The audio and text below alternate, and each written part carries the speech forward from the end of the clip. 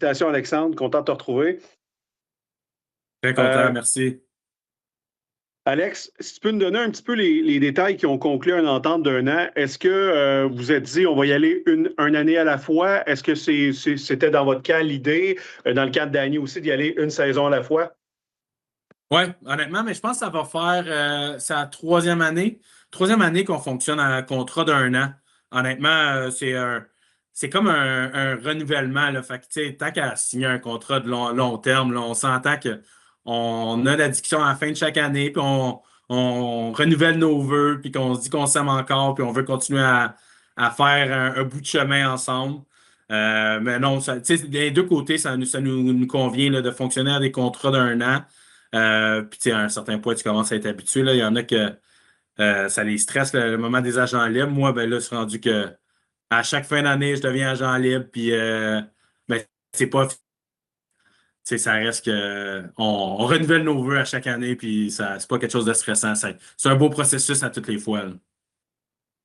J'aime l'expression renouveler ses vœux pour avoir signé un 23 décembre. C'est bon, ça? Ah, c'est pas pire. Mais je pense que l'année passée, si je me trompe pas, me semble l'année passée, j'ai signé le 24.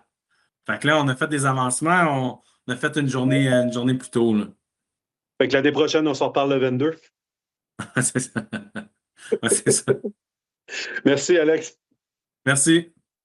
Merci, Mathieu. Autre question pour Alexandre Gagné?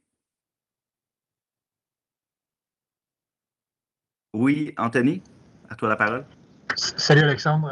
Tu en as parlé un petit peu de ce que tu aimais dans cette équipe-là, puis ce qui faisait en sorte que tu voulais continuer avec les Alouettes, mais peut-être y aller un peu plus en détail. Pourquoi est-ce que tu crois que vous allez pouvoir avoir du succès dans les prochaines saisons?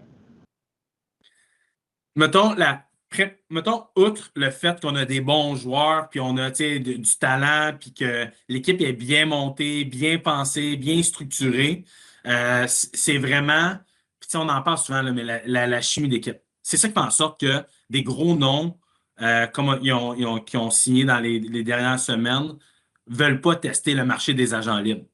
Oui, tester le marché des agents libres, ça fait en sorte que tu veux aller voir combien tu pourrais aller voir ailleurs. Mais quand tu signes aussitôt, au mois de décembre, tu as envie de rester avec l'organisation, puis tu sens qu'il y a quelque chose de spécial. Des fois, c'est des choses qui sont non tangibles, des fois, c'est des choses qui sont tangibles, mais tu sens que tu es à la bonne place au bon moment, puis tu n'as pas envie d'aller voir ailleurs. Tu n'as pas envie d'aller chercher le petit extra de façon monétaire ou juste de te faire courtiser. Puis, tu as juste envie d'être avec les Alouettes de Montréal. C'est là que je me sens bien, c'est là que je veux être. Puis, je pense qu'on le voit de plus en plus avec les joueurs que les Alouettes de Montréal, la ville en général, c'est une place où tu veux être. Mais les Alouettes de Montréal, c'est la place où tu veux être pour jouer dans la Ligue canadienne de football. Puis, de plus en plus, ça devient une destination de choix. Là. Merci, merci Alexandre, merci Antonin. Prochaine question, on va y aller avec Jérémy Turbide de Radio-Canada.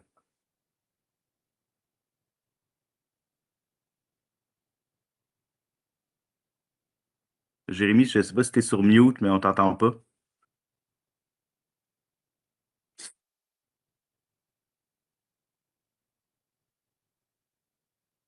Jérémy, est-ce que tu nous entends?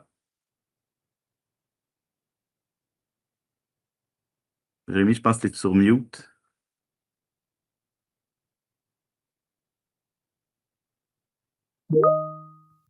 Okay, attends, il y a un petit problème de micro. Donnez-moi 2 secondes. Puis on va y aller pendant ce temps-là. Jérémy, juste régler tes problèmes de micro. On va y aller avec Mathieu Bédard. Mathieu, je pense que tu es sur mute aussi. Là. Je vais même ouvrir ma caméra pour toi, Alex. Ah, ben là. Même le petit casse de Noël, j'aime ça. Je voudrais que tu me parles un petit peu des unités spéciales sous Byron Archambault, parce que l'année dernière, tu as connu ta meilleure saison en carrière, tu as eu le record de 7 plaqués dans un seul match. Toi et Terry Richards, vous avez fini 1 et 2 dans les meilleurs stats sur les unités spéciales. Comment vous expliquez ça? Puis c'est quoi le crédit qui revient à Byron? Ben, il y a énormément de crédit qui revient à Byron. Honnêtement, c'est de créer cette culture-là. Puisque ça reste que les unités spéciales, c'est pas nécessairement la chose la plus sexy qui existe. C'est pas pas des interceptions, c'est pas des gros jeux à défensive, c'est pas des touchés, des longues courses, des longues passes à l'attaque, mais c'est des retours, c'est bloqué, c'est plaqué, c'est vraiment du concret. Puis Byron, il a réussi à créer une culture qui fait en sorte que à tous les jours, tu te présentes, puis tu as un but. Tu as un but de travailler ces unités spéciales, puis que ça a un rôle crucial dans une partie. Puis je pense que maintenant, ça fait partie intégrante de l'organisation. Que les gars à la défensive, à l'offensive, mais ils veulent faire partie aussi des unités spéciales. Puis c'est pas un mal nécessaire de jouer ces unités spéciales parce que bah, je suis obligé de faire au moins une unité spéciale. Là. Fait que, tu sais, je pense que ça, c'est vraiment dans la culture, la mentalité de vraiment venir contribuer du plus que tu peux à l'équipe, peu importe qu'est-ce qu'on te demande. Après ça, par rapport à ma saison, mais je pense que c'est l'expérience qui continue à s'accumuler. Tu sais, je pense que tu te renouvelles plus que tu avances dans ta carrière, plus que tu avances dans tes nombres de matchs joués, tu te renouvelles. Tu sais, c'est sûr que je ne joue pas exactement de la même façon que quand je suis arrivé là, 9 ans. Puis tu sais, les choses changent, ton corps change, ta façon de jouer change, ta vision change. Puis c'est juste de continuer à te renouveler à chaque année, puis à trouver des petits avantages par-ci, par-là. Puis je pense que cette année, bon, j'ai été épargné de blessures, de bobos, tu sais, des petits bobos, mais tu t'en sors pas, mais de rien qui peut me ralentir.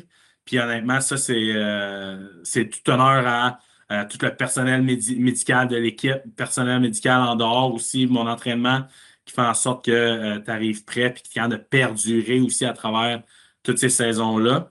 Et quand de jouer avec Tyrell Richards aussi, puis que lui aussi soit en santé pendant 18 matchs plus les séries, ça l'aide beaucoup. La cohésion d'équipe, juste plus avoir à parler ensemble, puis savoir où c'est que lui va être, puis que moi, je suis capable de jouer avec lui, c'est vraiment, vraiment plus facile aussi de mon côté. Là. Merci. Merci, merci Alexandre, merci Mathieu. Jérémy, est-ce que c'est. Je pense qu'il a posé sa question dans le chat. OK. Tu veux-tu m'aller, Francis? Ou, Ouais, je t'allie, OK. Alors, question pour Alexandre de Jérémy de Radio-Canada. Est-ce que le fait d'être passé si près de la Coupe Grey, ça contribue au fait de vouloir rester avec le groupe et justement d'aller chercher le gros trophée ensemble? Ah, ben c'est sûr. Mais tu sais, c'est chaque année fait en sorte que tu as envie de tout redonner, à cette organisation-là. On voit tout le temps qu'on met tu sais, on arrive là à partir du mois de mai jusqu'à octobre, novembre. On met tellement d'heures, tellement d'efforts, tellement tu sais, tellement de sacrifices qui font en sorte que quand tu n'arrives pas au but, ben tu sais, tu as envie de OK, bon, on repart pour une autre saison. Puis c'est exactement ça le message que j'ai eu à Danny, puis à Jason, puis tu sais, à tous les coachs que j'ai rencontrés, c'est tu me dis qu'on repart là, ben on repart. Go. J'ai envie de tu sais, recommencer une saison là, même si après une saison, tu te dis fait, euh, fait 23 games que je joue, puis que le corps est fatigué, c'est comme j'ai juste envie de repartir. Tu sais, c'est sûr qu'il y a une différence entre 2024. 2024, je dirais que après la défaite de la finale de l'Est, après la saison qu'on a eue, j'étais plus fâché. Fâché de la façon qu'on a terminé ça, fâché de la façon qu'on a perdu devant nos partisans. Puis, tu sais, une certaine frustration à la fin de cette année en 2025. Je dirais que j'étais plus triste. C'était plus comme la tristesse, le petit garçon en moi qui se disait, hey, on était si proche du but, puis on avait un désir de la gagner pour les partisans, puis pour l'équipe, puis pour tous les efforts, puis les sacrifices qu'on a faits. Mais c'est sûr que ça donne le goût de revenir, puis peu importe la façon que ça finit, tu as juste envie de gagner pour les Alouettes de Montréal, tu as envie de gagner pour les partisans, l'administration, pour les joueurs.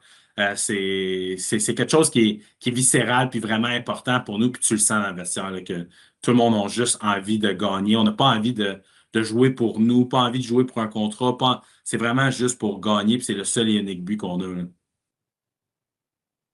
Merci, merci Alexandre, merci Jérémy. Est-ce qu'il y a d'autres questions pour Alexandre Gagné?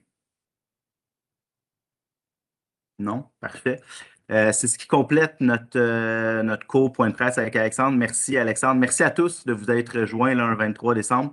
On vous souhaite, au nom des Alouettes de Montréal, de joyeuses fêtes et puis restez à l'affût pour d'autres nouvelles prochainement. Merci à tous.